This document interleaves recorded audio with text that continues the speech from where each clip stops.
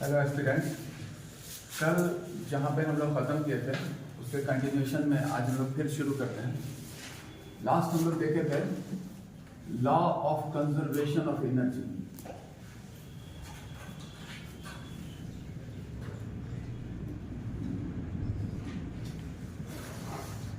ऊर्जा के संरक्षण का सिद्धांत, जिसमें यह चीज़ था कि ऊर्जा को ना बनाया जा सकता है ना समाप्त किया जा सकता है, उसका रूप बदलता है। और उसका हम लोग जो एक्सप्लेनेशन कुछ था उसको भी देखें। उसी के बाद एक चीज़ हम लोग देखते हैं कि अल्बर्ट आइंस्टीन जो थे उन्होंने अपने सिद्धांत जो उनका थ्योरी ऑफ रिलेटिविटी है, सापेक्षिकता का सिद्धांत, उसमें उन्होंने मास एनर्जी के बीच में रिलेशन का इक्वेशन दिया है। और इसमें कहा गया है कि जो पदार्थ का मास होता है वो भी ऊर्जा का ही एक रूप है और वो बदलता है। तो उस मास एनर्जी रिलेशन को दर्शाने के लिए उन्होंने एक फार्मूला दिया था, बहुत ही पॉपुलर फार्मूला, वो है E बराबर mc², जिसमें टर्म्स जो है E वही ऊर्जा एनर्जी, m फॉर मास द्रव्यमान पदार्थ का, और c जो है वेलोसिटी ऑफ लाइट, जो बताता है इसमें E बराबर mc²। और इस तरह से दर्शाया है कि किस तरह से मास भी ऊर्जा में बदलता है। तो ये उसके रिलेटेड ही है। नेक्स्ट हम लोग देखते हैं इस टॉपिक में फोर्स। इससे पहले हम लोग बहुत तरह का देखें। ग्रेविटी भी एक फोर्स है, न्यूक्लियर फोर्स है जो हम लोग देखेंगे, और भी आगे न्यूक्लियर बाइंडिंग एनर्जी तरह। एक फोर्स है फ्रिक्शन, घर्षण के बल, कि पृथ्वी पर हर कोई हमेशा इसको एक्सपीरियंस करता है। तो इसका परिभाषा है कि ये घर्षण का बल जो है दो सतह के बीच लगने वाला बल होता है, जो सतहों के बीच रिलेटिव मोशन या कहते हैं सापेक्षिक गति जो होता है उसका विरोध करता है, उसका विरोध करने वाला बल, वो फ्रिक्शन का।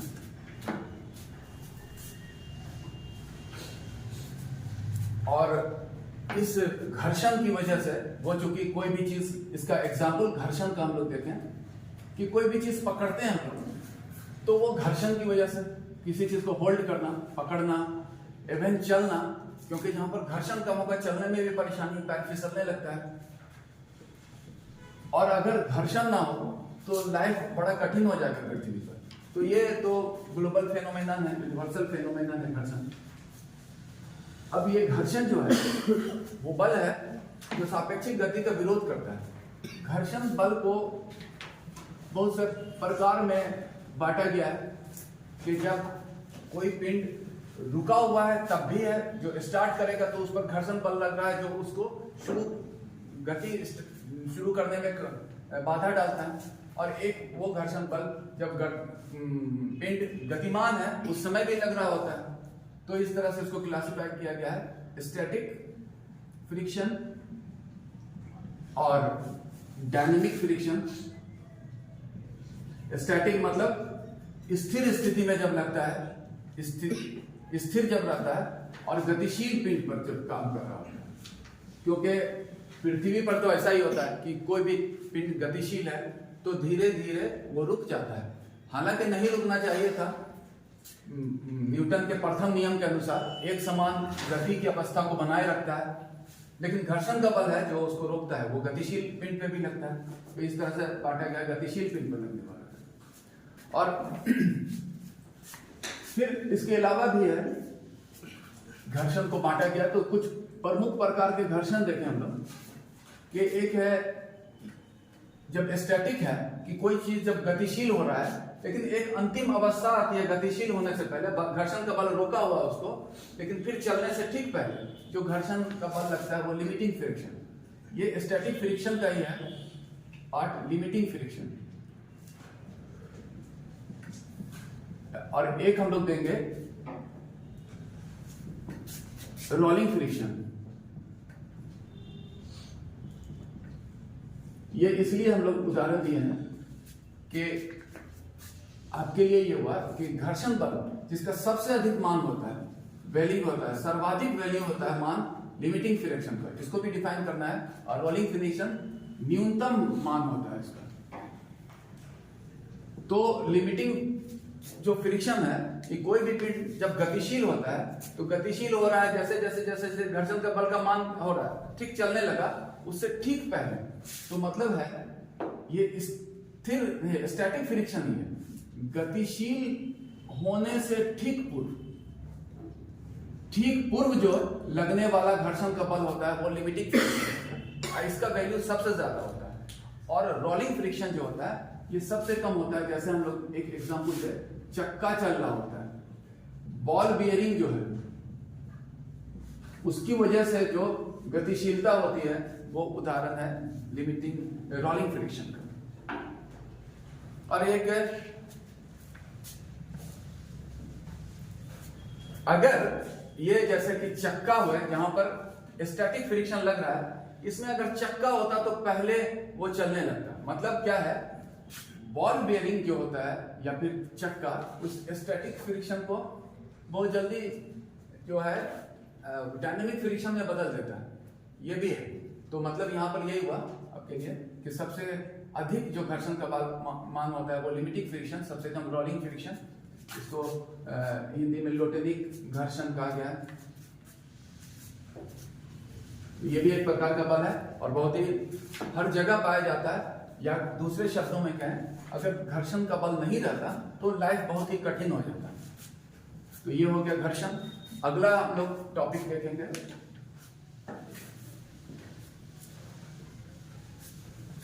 प्रेशर, दबाव।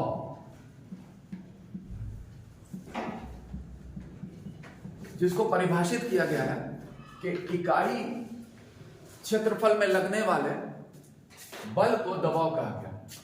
तो प्रेशर जो है इकाई क्षेत्रफल में, मतलब फोर्स बल बटे एरिया, इकाई क्षेत्रफल में लगने वाले बल को प्रेशर कहा गया। और इसका जो मात्रक मतलब यह है मेजरमेंट यूनिट जो हुआ वो ये जो ऐसा देखें न्यूटन पर मीटर स्क्वायर, जिसको कहा जाता है पास्कल भी कहते हैं, पास्कल, इस तरह से दर्शाया जाता है। और ये एक स्केलर क्वांटिटी है। ये तो परिभाषा हुआ। अब हम लोग देखें कुछ एक्सप्लेनेशन कि अगर हम लोग देखें एरिया का मान कम कर दिया जाए तो क्या होगा, प्रेशर अधिक हो जाता है। एरिया अगर कम है तो प्रेशर अधिक हो जाता है। इस आधार पर एक्सप्लेनेशन देखें कि जब आदमी खड़ा हुआ रहता है, स्टैंडिंग पोज में रहता है, एक तो हुआ लेटा हुआ रहा या खड़ा हुआ रहा, तो खड़ा हुआ अवस्था में स्टैंडिंग पोज जो हुआ, स्टैंडिंग जब होता है पर्सन, उसका जो पृथ्वी पर उस समय सबसे अधिक दबाव रहता है, सर्वाधिक दबाव रहता है। और लेटा हुआ व्यक्ति का कह सकते हैं सतह पर कम दबाव रहता है। अगर वो लाइन पोज में है तो कम हुआ। इसीलिए अगर कोई व्यक्ति दलदल में फंस जाता है तो उसको सलाह दिया जाता है लेट जाए, क्योंकि तब होगा क्या, प्रेशर कम होगा और हो सकता है उसको जाने में टाइम लगे, तब तक उसको मदद आ सकता है। दूसरा हम लोग देखें, चाकू का में धार किया जाता है, जो उसको शार्प एज रहता है। क्यों रहता है, क्योंकि धार वाला भाग जो होता है उधर से सब्जी काटते हैं, जिधर धार नहीं है उधर से नहीं काटते हैं, क्योंकि उधर में एरिया ज्यादा रहता है। एरिया में बल तो वही रहता है लेकिन प्रेशर का मान कम हो जाता है। और जितना ज्यादा उसका तेज धार होगा मतलब एरिया कम हुआ, तो उस फोर्स में प्रेशर ज्यादा हो जाता है। तो ये हुआ चाकू का धार। या फिर कील जो दरवाजे में रहता है, ठोका जाता है, तो उसका जो आखिरी भाग या पिन जो होता है बहुत ही नुकीला हो जाता है। ठीक है, कील या पिन जो है उसका भाग नुकीला होना, क्योंकि उस हालत में यहाँ पर प्रेशर ज्यादा जनरेट होता है, आसानी से चला जाएगा। उसके उल्टा अगर हम लोग सोचें कि ये पिन को अगर उल्टा ही दीवार में, इसी को दीवार में ठोके तो बड़ा मुश्किल होगा, क्योंकि यहाँ पर एरिया ज्यादा है, बहुत ज्यादा उतना फोर्स नहीं होगा, बल देने के बाद भी फोर्स प्रेशर जनरेट नहीं होगा वहां पर। तो मतलब ये इसीलिए मतलब एक्सप्लेनेशन है कि चाकू में आखिर धार क्यों दिया जाता है, एरिया कम करने के लिए। कील को नुकीला बनाया जाता है एरिया कम करने के लिए, क्योंकि उससे जो है प्रेशर बढ़ता है उसका। नेक्स्ट है प्रेशर इन लिक्विड, तरल में दबाव। तो इसका एक फॉर्मूला दिया गया है प्रेशर इन लिक्विड का कि HDG से दर्शाते हैं। H जहां पर है गहराई, तरल में गहराई, D है तरल का घनत्व, और G है गुरुत्वीय त्वरण, एक्सेलरेशन ड्यू टू ग्रेविटी।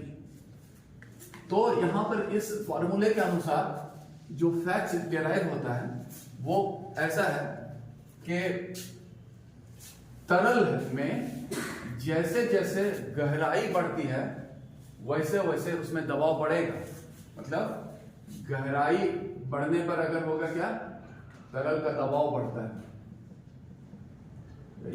तो नदी में, समुद्र में जैसे जैसे नीचे जाएंगे वो गहराई बढ़ता है इसका। और इसका कुछ प्रमाण है, हम लोग देखें, हाल में एक घटना हुआ था जो मेरियाना ट्रेंच में जो टूरिज्म का लिए जाता था, वो सबमरीन छोटा क्या नाम टाइटन था, तो वो इम्प्लोड कर गया नीचे जाकर। इम्प्लोड, एक तो एक्सप्लोड तो बाहर होता है, इम्प्लोशन का कारण ये हुआ कि वो जैसे नीचे गया और उस तरह से हो सकता है उसमें स्टडी नहीं किया गया हो कि कितना प्रेशर होगा और कहां तक वो कार्बन फ्रेम में बना हुआ तो वो झेल पाएगा। तो वहां पर जाकर काफी नीचे में जाकर इम्प्लोड कर गया, मतलब इतना दबाव पड़ा कि वो बाहर के दबाव से इम्प्लोजन हो गया, अंदर की तरफ जो होता है इम्प्लोड कर गया। क्यों? क्योंकि गहराई बढ़ने से दबाव बढ़ता है, यही चीज है। और इसका और भी है, ह्यूमन बॉडी पे भी इफेक्ट पड़ता है। जैसे कोई डाइवर अगर नीचे जाता है तो अंडर प्रेशर उसके बॉडी में जो नाइट्रोजन जो हवा के साथ है सांस में लेता है, तो नाइट्रोजन बॉडी में जो है उसका डिसॉल्व हो जाता है अंडर प्रेशर। इसलिए जब वो जाता है डाइवर्स नीचे की तरफ तो नाइट्रोजन लेकर नहीं जाता है उस आर्टिफिशियल रिस्पिरेशन के लिए, उसमें हीलियम लेता है। क्योंकि हीलियम जो है ब्लड में वो मिक्सअप नहीं होगा, क्योंकि नाइट्रोजन जो है अंडर प्रेशर ब्लड में घुल जाता है, नमक जैसे पानी में घुलता है। और जैसे जैसे उसका हो सकता है काफी घुल जाए अगर नाइट्रोजन रहता तो, और जब आता ऊपर उसका तो तेजी से एब्रप्ट अगर हाइट कम होगा तो वो सारा निकलेगा, उसका एक साथ जब निकलेगा तो उसका जो लंग्स जो है पंक्चर हो जाएगा, मतलब मुंह से खून आकर मर जाएगा। इसीलिए जो है हीलियम रखा जाता है। तो इसलिए ये भी एक फैक्ट है कि डाइवर्स जब समुद्र में नीचे जाता है तो वो जो आर्टिफिशियल रिस्पिरेशन के लिए सिलेंडर लेता है उसमें हीलियम रखता है। उसका वजह है वही दबाव बढ़ जाता है कि अंडर प्रेशर नाइट्रोजन ब्लड में डिसॉल्व कर जाएगा। तो ये हुआ, और यही है मेन कि जैसे जैसे समुद्र की गहराई बढ़ेगी दबाव बढ़ेगा। डेंसिटी है कि समान दबाव पर नदी और समुद्र में अगर जाया जाए तो ज्यादा प्रेशर होगा समुद्र में, क्योंकि समुद्र में जो है सैलिनिटी होता है, उसमें लवण मिला होता है, लवण के कारण उसका घनत्व बढ़ जाता है। तो इसलिए सेम डेप्थ में समुद्र और नदी के में अगर समान गहराई में रहे तो फिर समुद्र के जल में ज्यादा प्रेशर होगा लवणता की वजह से, क्योंकि उसका डेंसिटी ज्यादा है। लेकिन एक जगह नदी या समुद्र में समान गहराई में हर ओर समान दबाव होगा, चाहे यहाँ पर रॉक भी हो, आदमी यहाँ पर खड़ा हो, यहाँ पर गहरा हो तो भी बराबर दबाव होगा, गहराई पर होता है, नीचे से क्या है उससे कोई मतलब। तो यही है इसका प्रेशर इन लिक्विड का कंसेप्ट। जो कुछ फैक्ट्स हम लोग देखें। अब क्या है, प्रेशर इन लिक्विड पर एक सिद्धांत दिया है, वो है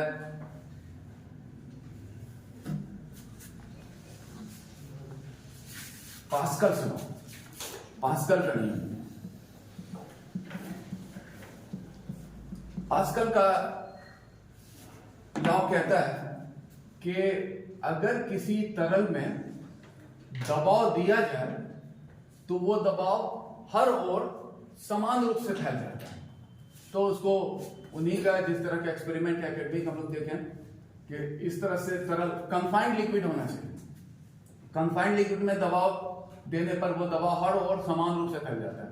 अब यहाँ पर हम लोग कहें 1 स्क्वायर cm का यहाँ पर ओपनिंग है जिसमें प्रेशर दिया गया 5 किलो का, तो मतलब हर 1 स्क्वायर सेंटीमीटर पर 5 किलो का दबाव फील होगा, हर 1 स्क्वायर। और अगर यहाँ पर हम लोग 2 स्क्वायर का बना दें कोई, तो ये यहाँ पर 5 किलो दाबेंगे, यहाँ पर 10 किलो वजन उठाएगा, क्योंकि यहाँ पर 1 स्क्वायर cm पर या mm पर 5 किलो लग रहा है, तो 2 स्क्वायर cm या mm पर जो है 10 kg का उस पर चला जाएगा, 1 पर 10 है।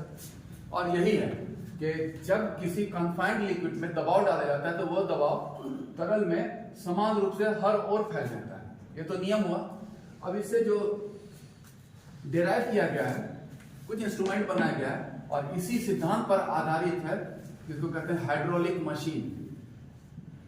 हाइड्रोलिक मशीन क्योंकि मशीन है, बड़ा बड़ा काम कर देता है, भारी भारी सामान उठा सकता है, या आजकल तो गाड़ी या में भी जो मॉडर्न है गाड़ी या व्हील वगैरह में भी इसका यूज होता है, इजी हो गया हर चीज कि आप बल नहीं लगता है। एक उदाहरण देखें हम लोग, जो सर्विस सेंटर में इस तरह का रहा, मान लिया यहाँ पर 1 स्क्वायर cm का है, इसमें कन्फाइंड लिक्विड है और इसमें बड़ा बड़ा बना दिया 1000 स्क्वायर सेंटीमीटर का।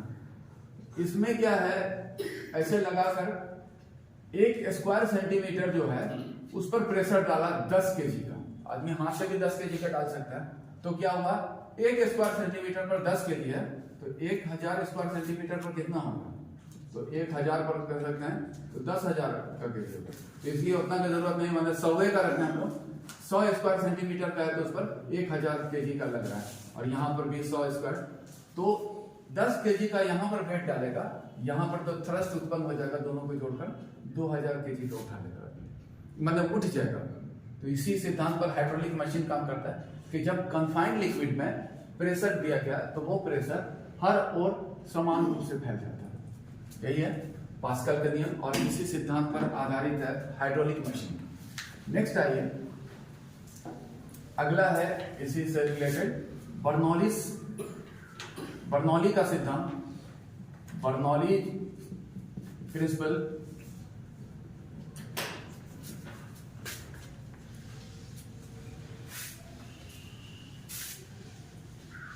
जो कहता है कि जिस स्थान पर तरल का वेग अधिक होता है, तरल का वेग अधिक, तो वहां पर जो है दबाव कम हो जाता है, और जो है वेग कम तो दबाव अधिक हो जाता है। यही है बर्नौली सिद्धांत। अब इसको हम लोग इस तरह से देखें, रिप्रेजेंट करें कि कोई पाइप है ऐसा, लेकिन जो है हर ओर बराबर नहीं है, अनइवन है। यहाँ पर देखें ऐसा हुआ कि यहाँ पर पतला हो गया, एक जगह पतला है, पतला कर दिया उसको, यहाँ पर पतला है, तो यहाँ पर ये ऐसा आ रहा है, तो यहाँ से जो क्वांटिटी आ रहा है, यहाँ पर तरल जो बहेगा तो वेलोसिटी बढ़ जाएगा, फिर यहाँ पर कम हो जाता है। तो यहाँ पर बढ़ने से ऐसा देखा गया, एक्सपेरिमेंट देखा गया, क्योंकि एक्सपेरिमेंट से प्रूव किया उन्होंने। तो तरल इधर से जो उंडेला गया, तो यहाँ पर था क्या कि मोटा था, तो यहाँ पर बहाव कम था, वेलोसिटी कम था, यहाँ पर अधिक हो गया, यहाँ पर ये कम था। तो इस सिद्धांत के अनुसार जहाँ पर वेलोसिटी कम है वहां पर दबाव अधिक होता है, और पाया गया ऐसा कि यहाँ पर देखा गया कि पानी इतना चढ़ा हुआ है, जबकि जहाँ पर तेजी से निकल रहा था वहां पर इतना ही चढ़ा, यहाँ पर कम था, फिर यहाँ पर ज्यादा चढ़ गया। तो वो पानी का चढ़ाव क्यों हुआ, इधर से जो प्रेशर किया। तो ये जो प्रेशर यही है कि जहां पर दबाव कम, यहाँ पर जहां पर वेलोसिटी कम वहां पर प्रेशर अधिक, और जहां पर वेलोसिटी अधिक वहां पर प्रेशर कम। यही है बर्नौलिस का सिद्धांत। और इस सिद्धांत पर आधारित कुछ देखें, यह सिद्धांत जो है बर्नौलिस का प्रिंसिपल, ये इक्वली जो है गैस पर भी लागू होता है, गैस पर भी लागू होता है, सेम प्रिंसिपल, ठीक है, दोनों में। तो हम लोग इस प्रिंसिपल के आधार पर कुछ घटनाओं, कुछ फेनोमेनन का एक्सप्लेनेशन करेंगे, कुछ एक्सप्लेनेशन। तो वो हुआ सबसे एक एक्सप्लेनेशन हम लोग देखें, हवाई जहाज का उड़ना। हवाई जहाज का उड़ना वो बर्नौली सिद्धांत को फॉलो करता है। वो कैसे, तो उसको इस तरह से देखें कि हवाई जहाज की जो बनावट होती है, बनावट ऐसा कुछ इस तरह का सोचे हम लोग कि जब वो रनवे पर टेक ऑफ के लिए से पहले जो दौड़ना शुरू करता है वो, तो क्या है उस पर कि वो वायु के चीरता हुआ आगे बढ़ता है। तो उसमें क्या होता है, जो ऊपर से जो हवा बह रहा है उसके ऊपरी भाग से और जो निचले भाग से, फिर तो यहाँ पर मिलता ही है दोनों, ए और बी हवा का ऊपर है, ए और बी दोनों मिला। लेकिन हवा जहाज की बनावट ऐसी होती है कि जो उसके ऊपर भाग से गुजर रहा है हवा, उसका वेलोसिटी बढ़ जाता है, जो कि नीचे भाग से जो गुजर रहा है उसका उतना तेज नहीं होता है, क्योंकि यहाँ पर ज्यादा डिस्टेंस कवर करना पड़ रहा है उसके बनावट की वजह से। तो हम लोग ये देखे हैं, अगर वेलोसिटी अधिक है तो क्या होता है, दबाव कम हो जाता है, दबाव कम हो जाता है। और यहाँ पर वेलोसिटी कम है तो दबाव तो अधिक रहेगा। उसके बाद ये होना शुरू हुआ, उसके बाद रनवे पर तेजी से बढ़ता गया, और ये जैसे जैसे स्पीड बढ़ता है यहाँ दबाव और कम हो जाता है इसके तुलना में। और एक समय आता है कि दबाव इतना कम हो जाता है कि एरोप्लेन जो है लिफ्ट कर जाता है, मतलब वो जो है खिंचा जाता है ऊपर में दबाव कम की वजह से। तो लिफ्ट क्यों होता है, तो यही हवाई जहाज का होना, वो एयरप्लेन क्या होता है, उसका जो होता है लिफ्ट कर जाता है ड्यू टू लो प्रेशर, और वो स्पीड की वजह से ही होता है। बर्नौलीज थ्योरम एक ये हुआ। उसी तरह से अगर हम लोग कहें हवाई जहाज है तो हेलीकॉप्टर भी इसी से उड़ता है।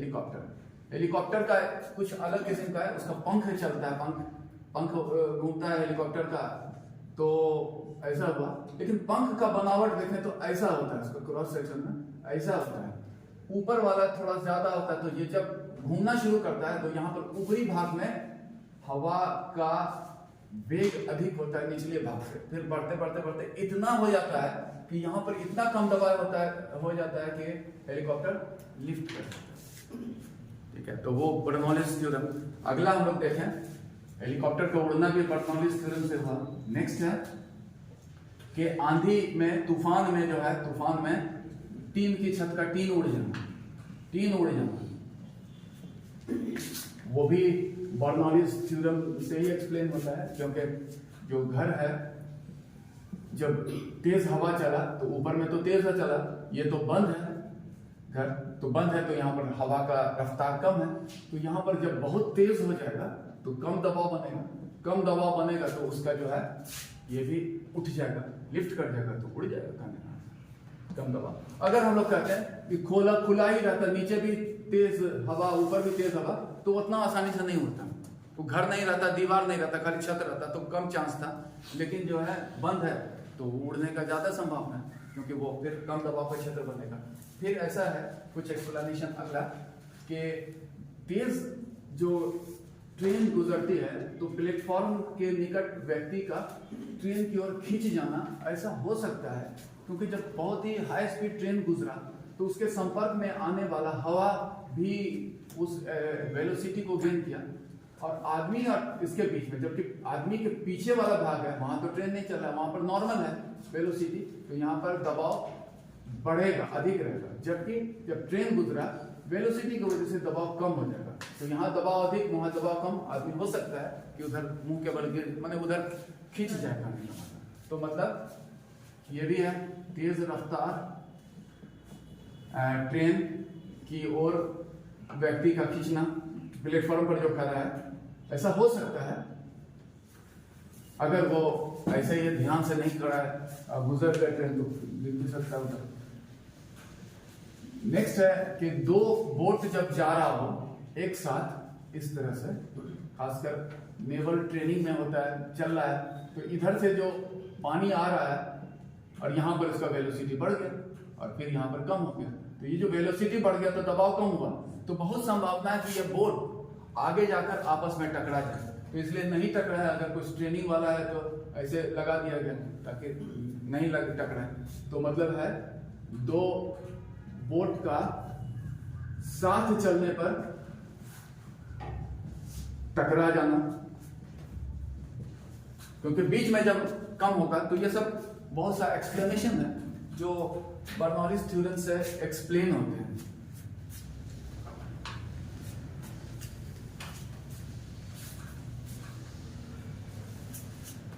अगला कंसेप्ट हम लोग देखेंगे वायुमंडलीय दाब, एटमॉस्फेरिक प्रेशर। एटमॉस्फेरिक प्रेशर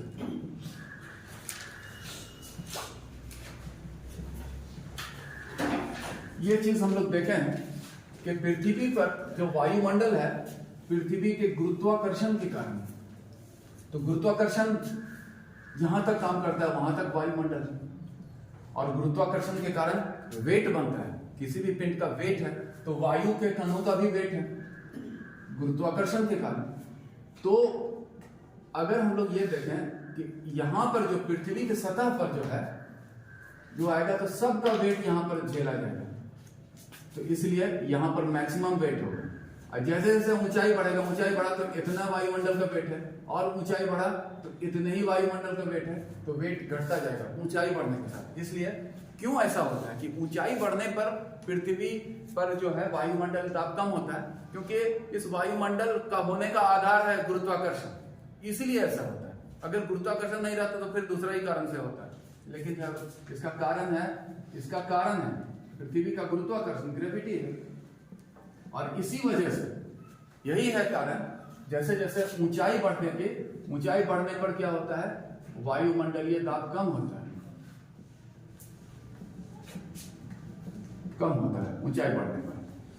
और जो सबसे निचला सतह है वहां पर सबसे ज्यादा हो कि इतना वायु का वेट है, क्योंकि ये वेट जिसको कहें वो भी तो गुरुत्वाकर्षण के कारण बनता है। तो सर्वाधिक मान होता है वायुमंडल का, मैक्सिमम वैल्यू जो हुआ, ठीक है, मैक्सिमम वैल्यू हो जाता है कहां पर, जो सबसे निचला सतह है, जिसको कहा जाता है सी लेवल,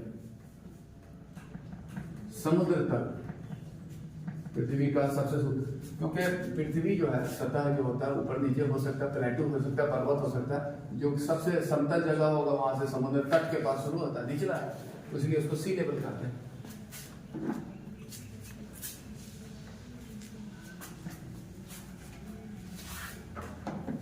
तो ऊंचाई बढ़ने पर कम होता है, सी लेवल पर मैक्सिमम वैल्यू होता है। और हम लोग ये देखें कि वायुमंडलीय दाब मापने का उपकरण जो हुआ, दाब जो हुआ, इसका instrument to measure atmospheric pressure, वो कहलाता है बैरोमीटर। जो नॉर्मली क्या है कि पारा यूज किया जाता है, जो कि टॉरिसली का बैरोमीटर है, ठीक है, टॉरिसली बैरोमीटर जो डेवलप किया था, और एक एनरॉइड बैरोमीटर भी यूज होता है। इसमें यूज होता है मरकरी, पारा, और इसमें यूज होता है स्प्रिंग। चलिए पारा वाला, क्योंकि स्प्रिंग लूज भी होता है कभी, पारा बिल्कुल सटीक उसका मेजरमेंट देता है।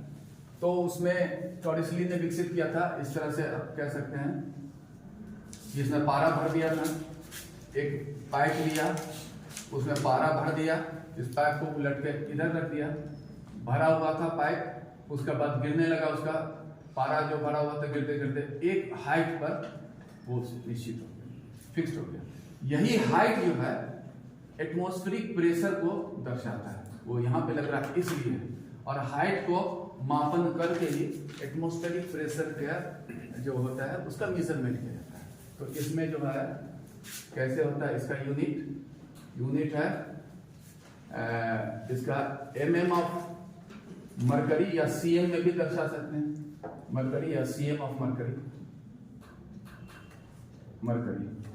पारा का जो है कितना हाइट है, क्योंकि इसको अगर टेढ़ा भी करेंगे तब भी जो है, अगर बहुत टेढ़ा कर दिया ऐसा तो इसमें ऊपर चढ़ जाएगा, और लेकिन ऊंचाई ओवरऑल यही रहेगा उसका जितना है, तो 1 मिलीमीटर में।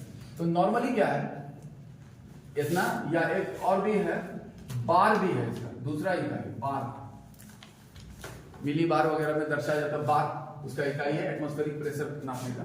तो मतलब क्या हुआ कि यहां पर हम लोग देखते हैं सामान्य अवस्था में under normal circumstances, average atmospheric pressure at sea level, atmospheric pressure जो हुआ एट सी लेवल जो हुआ सामान्य अवस्था में, वो है ऐसा कहते हैं 76 cm ऑफ मरकरी, पता है क्या, या फिर 760 mm ऑफ मरकरी, ये हो सकता है, दोनों एक ही है।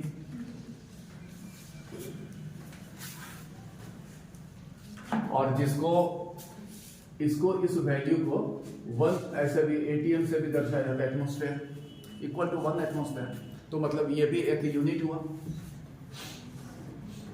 1 एटमॉस्फेयर। और एक नॉर्मल क्वेश्चन एटमॉस्फेरिक बैरोमीटर में कहा गया कि अगर नीचे हो गया, ये ज्योग्राफी का है लेकिन बैरोमीटर पर ऐसे हम लोग देख रहे हैं कि अगर पारा गिर गया तो क्या है होने वाला है, तो पारा गिर गया इसका मतलब है एटमॉस्फेरिक प्रेशर कम हो। और नॉर्मल जो होता है क्या, हवा वगैरह विंड बनने का कारण होता है कि एयर जो होता है उच्च दबाव वाले क्षेत्र से निम्न दबाव वाले क्षेत्र की ओर बढ़ता है, इससे विंड बनता है नॉर्मल।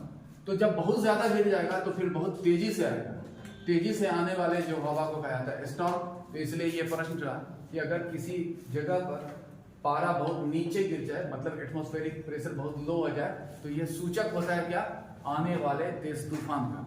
क्योंकि ये तो नॉर्मल है, from area of high pressure to low pressure जो है वो फ्लो करता है एयर, इस वजह से विंड बनता है, तो वो स्टॉर्म बन जाएगा अगर बहुत ज्यादा कम हो। तो ये तो हुआ एटमॉस्फेरिक प्रेशर।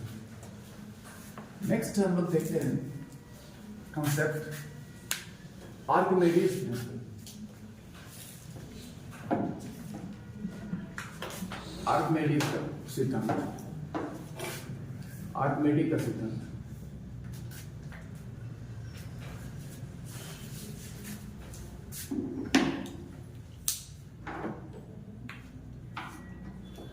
ये जो आर्किमिडीज का सिद्धांत है इसको प्रस्तुत किया था आर्किमिडीज, ये वैज्ञानिक का ही नाम है, ये साइंटिस्ट है जो कि यूनान के किसी राजा के दरबार में रहते थे, यूनान के थे और राजा के दरबार में रहते थे। राजा के दरबार के वैज्ञानिक थे, जो थोड़ा कहानी है इसके बारे में, उसको भी जानिए। वो राजा एक बार सोना दिया गोल्ड स्मिथ को कि उसको मुकुट बना दे, जितना भी दिया सोना, लेकिन जब मुकुट बन कर आया तो उनको डाउट हुआ कि जो हम सोना दिया इसमें वो कुछ चोरी किया है और कुछ दूसरा धातु मिलाकर वो मुकुट जो है उनका क्राउन जो है वो तैयार किया। तो बोला कि इसमें कुछ लगता है कि मिलावट किया है, तो कैसे पता चलेगा। तो वो उनको पता नहीं चला, तो बोले कि इसके लिए है मेरा वैज्ञानिक है, तो उनको दिए टास्क कि बताइए, लगता है कि मिला दिया। तो उस समय तो नहीं बता सके, तो बोले नहीं ये तो बताना पड़ेगा, नहीं तो फिर आपको मृत्यु दंड करेगा। तो उनके लिए समस्या हो गया कि अब उसकी गलती की वजह से उनको मृत्यु दंड मिलने वाला है। अब कैसे पता चले उनको नहीं समझ में आ रहा था। बदहवास थे और उसी बदहवासी में एक दिन वो नहा रहे थे टब में, तो टब में नहाने गए, अपने ही ख्यालों में गुम थे। तो फिर जब नहाए तो पानी में गए तो उनको लगा कुछ हल्का हुआ है, तो फिर बाहर आए, फिर अंदर गए, फिर देखा, ऑब्जर्व किया। वैज्ञानिक थे, हमेशा ऑब्जर्वेशन पर फोकस रहते हैं। फिर क्लोज ऑब्जर्वेशन किया, उसके बाद उनको लगा कि कुछ हल मिल गया उनको, और बड़े खुश हुए और चिल्ला कर निकले यूरेका यूरेका। तो आप ये भी ध्यान में रखिएगा, यूरेका यूरेका जो है उनके द्वारा कहा गया ही शब्द है, किसी और के द्वारा नहीं। इसका हिंदी में रूपांतरण किया गया मिल गया, और वो कहा जाता है कि यूनान के गली में खूब दौड़े थे यूरेका यूरेका चिल्ला के, उसी हालत में बातें करते कपड़ा भी पहनते। तो अब ऐसा हुआ क्या कि अब कैसे खोजा वो तो देखेंगे हम लोग, लेकिन यही उनका जो आधार टब में जो एक्सपेरिमेंट रहा उसका ऑब्जर्वेशन रहा, तो उस आधार पर उन्होंने दिया था आर्किमिडीज का सिद्धांत के नाम से जाना जाता है। तो इसमें क्या है, इसमें यही है सिद्धांत कि जब किसी पदार्थ को किसी तरल में डुबोया जाता है तो उसके भार में कमी होती है। चलिए हम लोग, क्योंकि उस भाषा का तो कुछ है नहीं लिखने के, जैसे कोई इतना बड़ा पदार्थ है, ठीक है, लोहाई समझिए, ये 5 kg का है। तो जब किसी पदार्थ को किसी तरल में डुबोया जाता है तो उसके भार में कमी होती है। ये 5 किलो वाला यहाँ 2 kg मेजरमेंट होगा। तो ये 3 किलो कमी, भार में यह कमी इस पिंड द्वारा विस्थापित तरल के भार के बराबर होता है। मतलब इतना वॉल्यूम ऑफ तरल का जो वेट है वो पानी में डुबाया तो उसका वेट है पता चला 3 kg, तो आप इसमें डुबाए तो 3 kg जगह को हटाएं, विस्थापित किए तो उतना ही कम हो जाएगा उसको। तो मतलब यही है इसका परिभाषा। जब किसी पिंड को किसी तरल में डुबाया जाता है तो उसके भार में कमी होती है। ये कमी पिंड द्वारा विस्थापित उस तरल के भार के बराबर होता है, कि जितना उतना जल का भार होता उतना ही कम होता है। तो ये है आर्किमिडीज सिद्धांत। अब इसमें होता है, यहां पर देखें कि ये जो हुआ, पिंड ने जो जल को विस्थापित किया, जितना जल, जैसे 3, इतना जल का जो है वेट है 3 kg, इतना आयतन, एक्स आयतन है ये, उसका है 3 kg। तो 3 kg जो है कम हुआ, क्यों? क्योंकि ये विस्थापित किया तो ये बल अब ऊपर लगने लगा, 3 kg का बल ऊपर लग रहा है।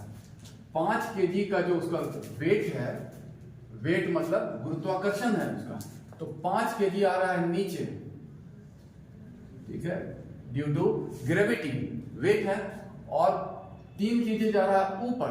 ये लगता है जो ऊपर जा रहा है अगेंस्ट ग्रेविटी फोर्स बन जाता है, ठीक है, अगेंस्ट ग्रेविटी फोर्स बनता है। और ये अगेंस्ट ग्रेविटी जो फोर्स बनता है उसको क्या कहते हैं, अपथ्रस्ट या उत्प्लावन बनता है, अपथ्रस्ट बनता है उसमें। तो क्यों कम होता है? क्योंकि उसमें अपथ्रस्ट जनरेट होता है, उसको कहते हैं उत्प्लावन का बल। क्योंकि जितना वो जल को विस्थापित किया, जितना आयतन का, उसका जो भार हुआ, उस भार के बराबर उत्प्लावन का बल काम करता है। और ये उत्प्लावन का बल जो होता है अगेंस्ट ग्रेविटी, और वेट जो होता है टुवर्ड्स ग्रेविटी, और इसलिए टुवर्ड्स और अगेंस्ट एक दूसरे को निगेट करता है, और जो बन रहा है रिजल्टेंट हुआ 5 से टुवर्ड्स, 3 अगेंस्ट, रिजल्टेंट 2 बचा। यही हुआ, उत्प्लावन का बल बनता है उससे, और इसलिए वो हो जाता है। और इसी आधार पर कहा कि कोई भी चीज तैरता है, क्यों? कि उत्प्लावन का बल जब जनरेट होता है। इस आधार पर उन्होंने किया लॉ ऑफ फ्लोटेशन या उत्प्लावन का नियम भी बनाया है। उत्प्लावन का नियम कि कोई चीज तैरता है कैसे, तैरता है क्यों, ये चीज एक्सप्लेन किया है उन्होंने। तो इस चीज को हम लोग और इसी फैक्ट्स की रोशनी में एक्सप्लेन करेंगे।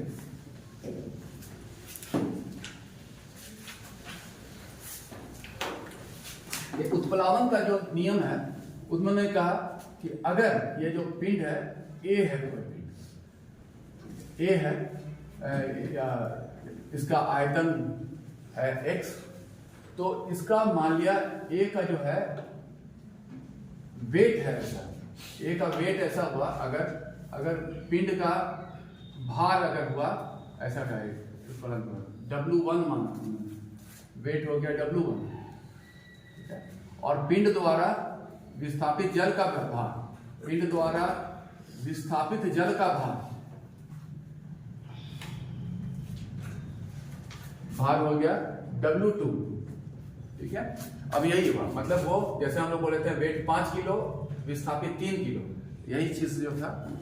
तो इस आधार पर एक नियम कहता है कि अगर W2 is greater than W1, तब क्या है, पिंड तैरता है। विस्थापित जल का भार जो हुआ वो पिंड तैरता है।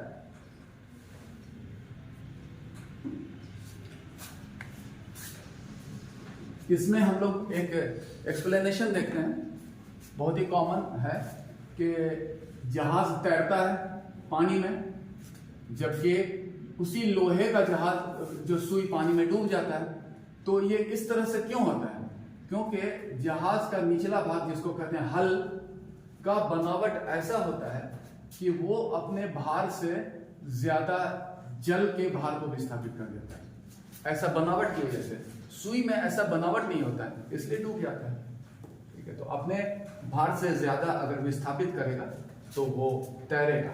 उसी तरह से हम लोग देखेंगे बर्फ जो है तैरता है जल पर तैरता है, क्योंकि वो अपने भार से अधिक जल को विस्थापित कर देता है। ये सब हुआ, कोई चीज तैरता है, लकड़ी भी तैरता है। नेक्स्ट आइए, अगर W1 इक्वल टू W2 तब क्या होगा? तो पिंड जो है जल के सतह के नीचे तैरता है, मतलब मैंने एबव अपर सरफेस जो है, सरफेस के नीचे तैरता है, जल की सतह के नीचे, सतह के नीचे तैरता है, डूबेगा नीचे तैरता है। ऐसा मैनेजमेंट किया जाता है, जैसे हम लोग बोले सबमरीन में ऐसा ही रहता है। सबमरीन में पानी भर के उसका बढ़ाया जाता है, उसके वेट को, तो वो एक जल की सतह पे, तो पनडुब्बी कुछ ऐसा ही चलता है, जल के सतह के नीचे तैरता है, मतलब W1 बराबर W2 कर दिया। और अगर है W1 ग्रेटर देन W2 तो पिंड डूब जाता है। यही है, ये तो है कि जैसे लोहा वाला है 5 kg का, हम लोग कहें 3 kg अब थ्रस्ट बना, 2 kg फिर भी रहा, 2 kg ने इसको डुबा दे, पिंड ही का वेट ज्यादा है तो डूबेगा।